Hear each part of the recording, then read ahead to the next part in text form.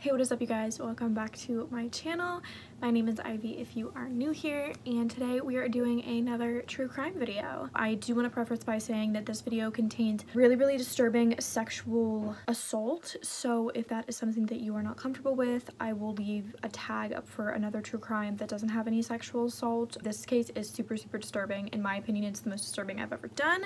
So if that does not sound like something you would like, just click the tab up above. Today we are going to be talking about the Ken and Barbie killers, which are a couple that murdered and raped 3 women together. So Paul Bernardo was born on August 27th of 1964 in Toronto, Ontario. He was born into a very well-off family. His mom, Meryl, was adopted by a successful lawyer and his wife, and Kenneth, his dad, was born to an English and an Italian immigrant who started a very successful tile company. Looked like a really good family on the outside, but their family was super dysfunctional. Kenneth was abused as a child, and he carried on that abuse into his family. He was physically and verbally abusive to his wife. They had 3 kids, and Paul was the youngest, and Paul was the only one who didn't seem to be really affected by his pretty dysfunctional family. He was very liked while growing up. He was well-mannered, he was very charismatic, people really liked him. He was also very conventionally attractive, which is why they were named the Ken and Barbie killers. You will see that as we get more into it. But when Paul was only 11, his dad was actually arrested for child molestation, and around this time it actually came out that he was also sexually molesting his daughter. So after this, Paul's mother just went into complete state of depression. She detached herself from her entire life and moved into their basement and just kind of really dissociated herself from her husband and her children. So around the age of 16, Paul just got kind of fed up with his parents, and a huge fight broke out, and Paul basically just kind of let loose that he thought they were trash parents. And while he was saying this, his mom actually told him that Kenneth, his dad, was not his biological dad, and showed him who his real dad was, and it came out that she had had an affair before Paul was conceived, obviously, and Kenneth basically accepted it and took Paul as his own child. His name is on Paul's birth certificate, and Paul learned this at the age of 16, and this hit him really hard. He took it very hard. As you can imagine, that would be a crazy thing to learn at the age of 16. Like I said before, Paul was very well liked, and when he went off to college, he had many girlfriends. He was very charming, very attractive, but none of these relationships really lasted longer than just a few months because their sexual relations would always turn extremely violent and abusive, and the girl would break up with him. So he actually committed a series of assaults and rapes before he met Karla, and before him and Karla kind of started their crime spree together. The first one happening on May 4th of 1987. Paul committed his first rape in Scarborough against a 21-year-old woman. 10 days later, he committed his second rape on the 14th. He attacked a 19-year-old woman. And then on the 27th of June, he attempted his third rape. However, this woman fought back, and he ended up letting her go after he beat her. So then in October of this year of 1987, he met Karla Homolka.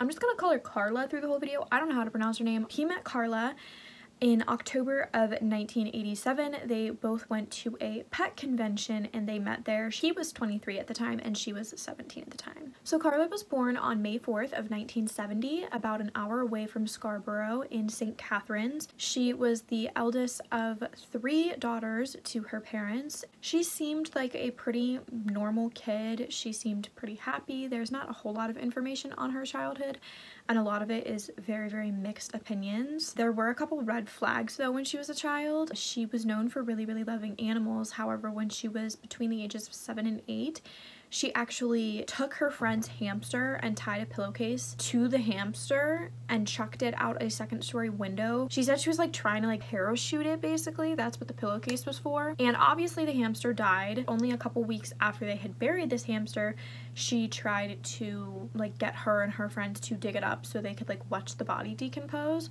which obviously a lot of people thought was a little bit sketchy. And even though a lot of her childhood is mixed opinions. There's one thing that everyone can agree on, and that is that as soon as she went into high school, she completely took a 180 of the person that she was. She was no longer super happy and charismatic and kind of full of life. She, in my opinion, just went through like a regular teenage emo stage. She became really obsessed with death, suicide, cults. She wore all black. She wore a lot of black makeup, black nail polish, that kind of thing. And I'm gonna assume that her parents just kind of brush it off as her being a teenager. A lot of teens go through that. They become obsessed with like the grunge. But like I said earlier, Karla was really obsessed with animals. She loved them. She was definitely an animal person. So when her and her friend heard of this pet convention that was only an hour away, they decided to go, and they rented a hotel room above the restaurant that the convention was at. That night they were eating at the restaurant, and Paul and his one friend came in, and immediately there was like a spark, absolute instant attraction between Paul and Karla. They immediately hit it off, and not too long after they had met, she had invited him up to her room. This is where they discovered that they both had very, very aggressive, very sadistic fantasies towards sex. That thing that they had in common really elevated their relationship, and they became obsessed with each other very, very fast. So they really started to play off of each other.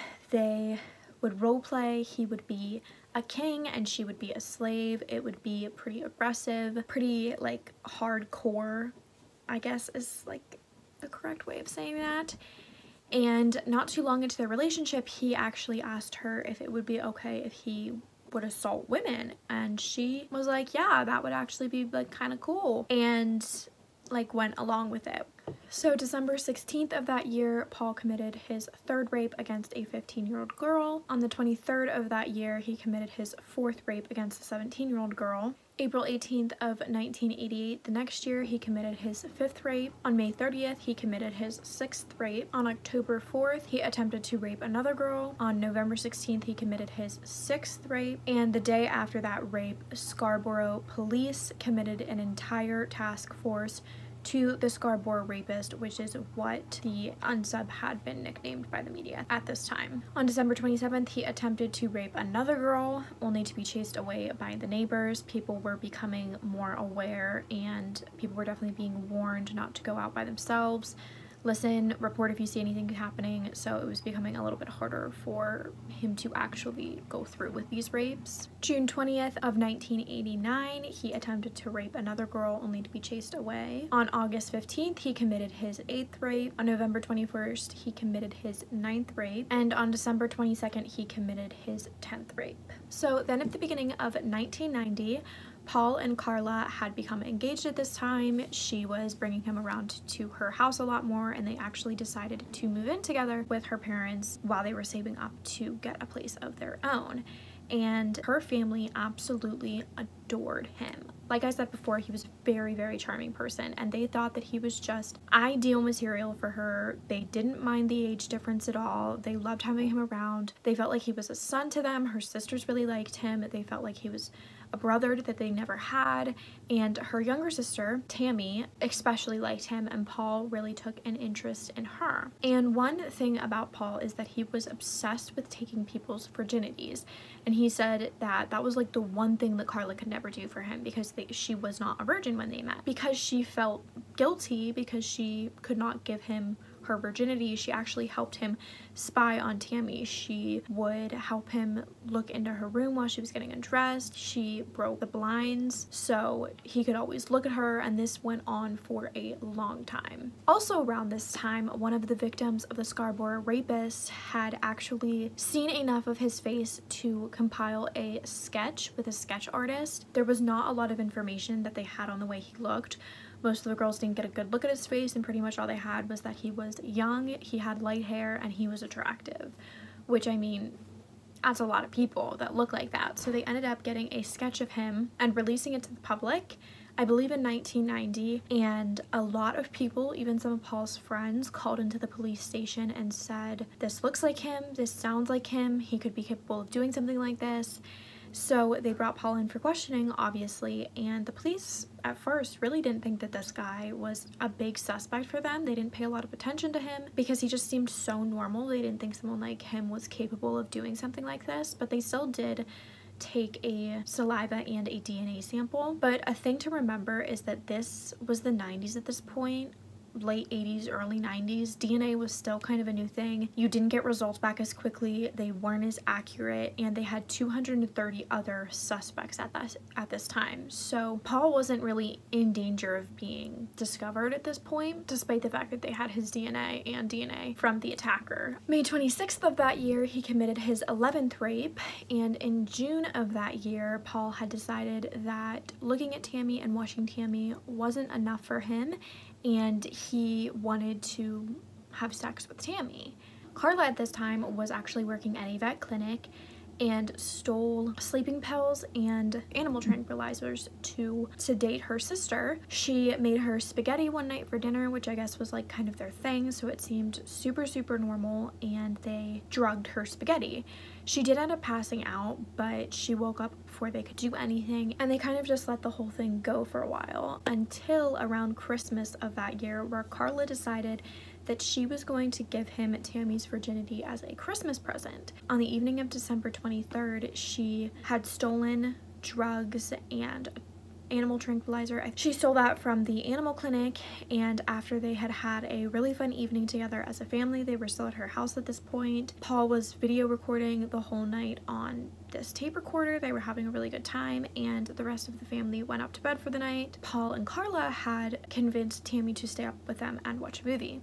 So they were drinking, you know, having a good time, and they spiked Tammy's drink, and then she put the animal tranquilizer onto a cloth and laid it over Tammy's face while Paul raped her.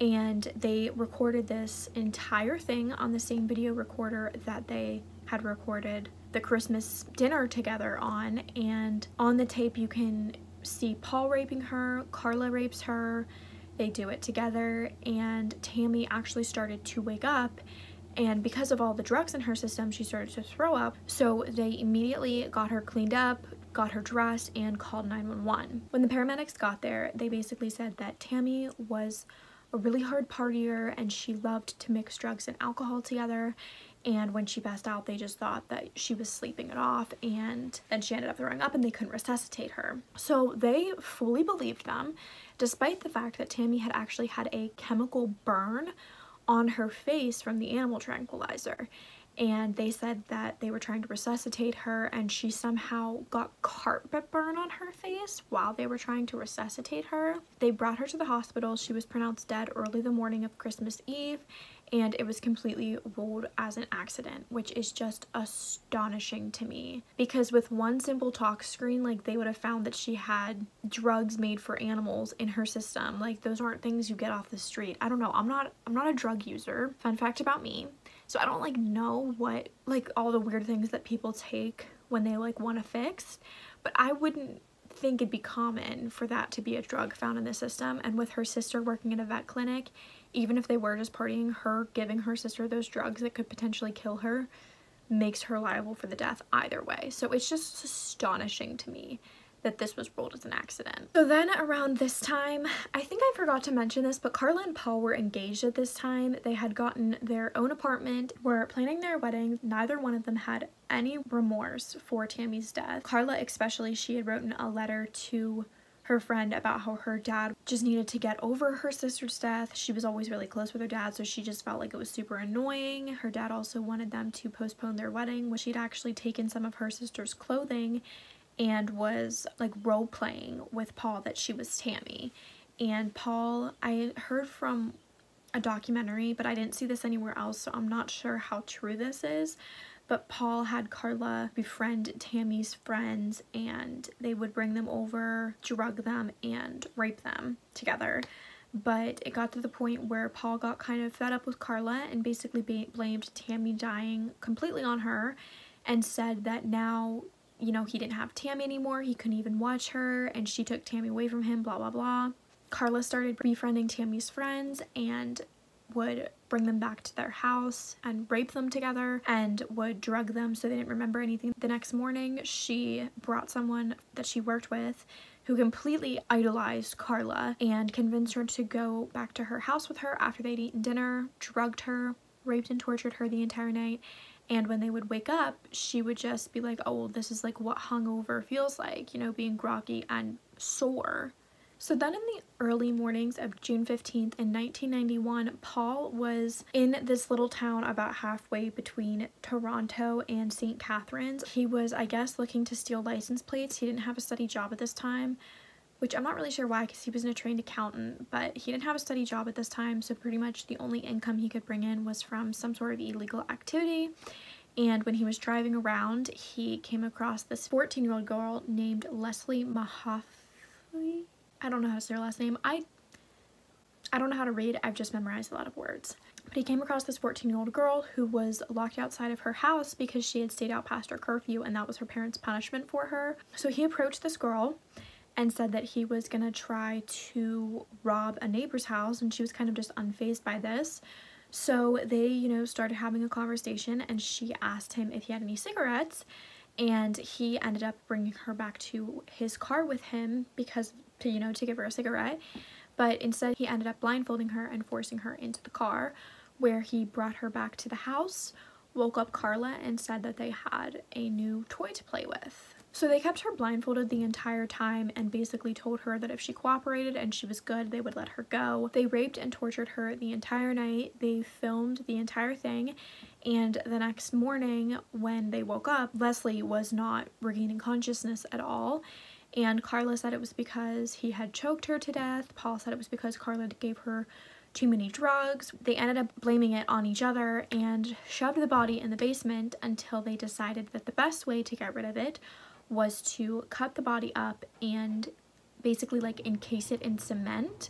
So Paul went and bought 12 pounds of cement, I believe. And they had these cement molds and ended up dumping them in a river, and that is how they disposed of her body. Then only, I believe it's 14 days later, on June 29th, there was a father and son fishing at the same river or lake that they had disposed her body of, and they noticed that there was just these like big chunks of cement. They obviously like went up to them, they started looking at them, trying to figure out what these things were, and saw that it looked like what was flesh like coming out of them. So they called the police. The police identified a body as a female between 14 and 24 and eventually identified the body as Leslie. On this same day, I believe it was only 13 miles away, Paul and Karla had a beautiful fairy tale wedding. They'd gotten married. They rode in on a white carriage drawn by horses. She had a huge expensive dress. They served a really lavish meal to over 100 guests and just had a wonderful wedding. And on the outside, it looked like, you know, Ken and Barbie getting married. So beautiful, amazing, but all of their friends and family thought that this was insane. They thought that they were not good together, that it was an unhealthy relationship, that it was toxic, and obviously it was. Karla and Paul, I almost said Ken and Barbie, Karla and Paul were just living life to the fullest after they'd got married. On April 19th of 1992, the newlyweds were out for, you know, a mid-afternoon drive, driving around looking for a girl to kill. It was the Thursday before Good Friday, and it was around 3 o'clock, so schools were letting out and everyone was very, very anxious to get home. I feel like I can just like see this like in my town, like the day before a long weekend when school lets out, everyone is just like racing home. There are kids everywhere. They came across this 15-year-old girl named Kristen French. They ended up pulling into a church parking lot close to where she was walking, and Karla got out with a map and approached her and said that she needed directions. And then Paul came up from behind and jumped her, and they shoved her into the front passenger seat of the car. Karla was in the back, basically like holding her down from the back, and took her to their house.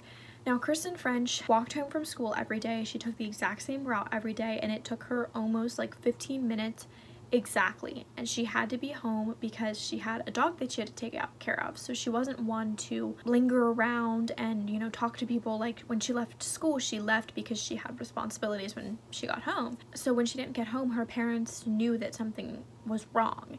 And within 24 hours, the police had completely organized search parties for her. They wasted no time. They had found her shoe at the site that she was last seen. They had heard a ton of witnesses say that this girl had been taken by these two people. So they knew it was a kidnapping case and they knew it was really, really serious. So they were doing pretty much everything that they could. This particular abduction was not one that I feel like you always hear about with these true crime cases where the police just do not do their jobs. They really were putting full effort towards finding this girl. They took Kristen back to their house and kept her until Easter Sunday. The entire weekend they raped and tortured and beat her. They again recorded it like many of the other attacks on tape so they could rewatch them later. And then Sunday, Paul strangled her to death. I think they drove her about 30 miles away and left her in a ditch alongside of the road, and immediately left from there to go to their Easter dinner at Karla's family's house. So around this time, the relationship started to turn into something else. They weren't playing off each other anymore. Paul was kind of dominating Karla and they became extremely abusive, and the abuse was no longer consented or urged, and it got to the point where Paul really took a beating at Karla. Her face was completely black and blue. She had bruised ribs, and it landed her in the hospital. So after that, she decided to leave him and moved in with one of her sister's friends who happened to be a police officer, which I just think is super ironic. But she ended up leaving him, and around the same time is when the police started to kind of bring everything together.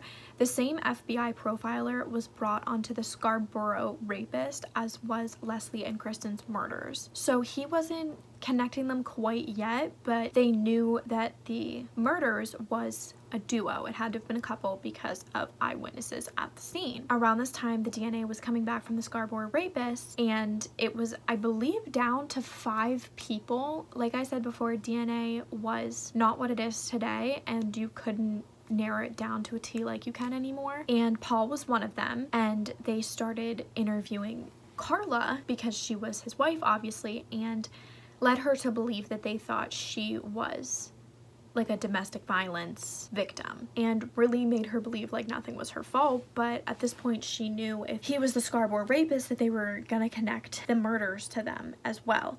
So she ended up confessing everything to her uncle, but she only confessed enough to make it look like she was forced into doing everything, like she was just as much a victim as all the other girls. And they hired her an attorney and started negotiating her a plea deal. So she did end up getting a plea deal, and it stated that she would get 10 years for each murder, for each Kristen and Leslie's murder, that she could serve consecutively, and then she would receive an additional 2 years for the part she played in her sister murder. And she was eligible to get parole if she had good behavior after only the first 3 years, but she had to testify against Paul. And these things, they take a long time, so it was almost 2 years later until they had found all of the videotapes and a journal that Paul kept of details on each one of the assaults or the murders. So at this point, they discovered that they did not need Karla's testimony at all. They had plenty to convict Paul for more than what they thought,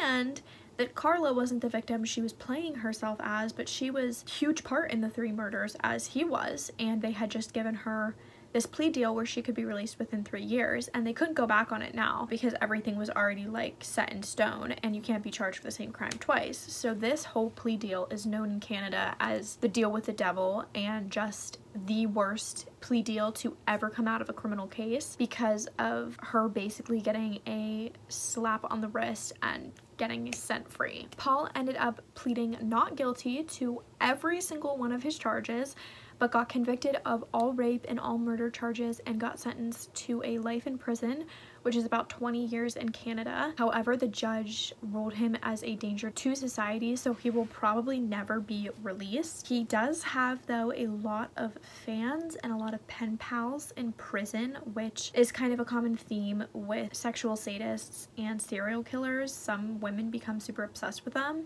And he was actually engaged to one of these pen pals. They were planning on getting married when he was up for parole in 2018, but he did not get up for parole, and he is still in prison as I know today. Karla, however, was released in 2005. She changed her name, I believe, twice, and now is married with 4 kids and lives a super normal life. I believe they don't live in Canada. I believe they live on like some tropical island. Something like that. But yeah, she lives a completely normal life with her 4 kids and her husband. I guess she's doing well, which is just insane to me. Let me know in the comments what you think of her sentencing, and think of someone marrying her and having kids with her. I couldn't even imagine Googling your mom's name and that coming up. That's literally insane. But yeah, that's pretty much all I have for this case. Like any other case, please leave any additional information that you have down in the comments. I am sure everyone watching would love to hear it. Thank you guys so much for watching this video. I'll see you in my next video. Bye guys.